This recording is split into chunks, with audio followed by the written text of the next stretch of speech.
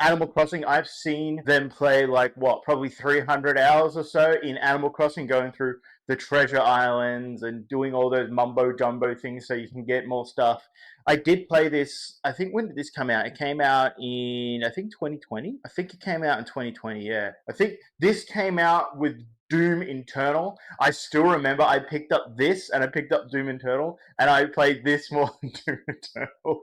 And then I eventually played Doom Eternal. I remember all the memes people made. I think I had Ronald Weasley eating chicken on my wall in the game for fun. But yeah, that's one of those good games.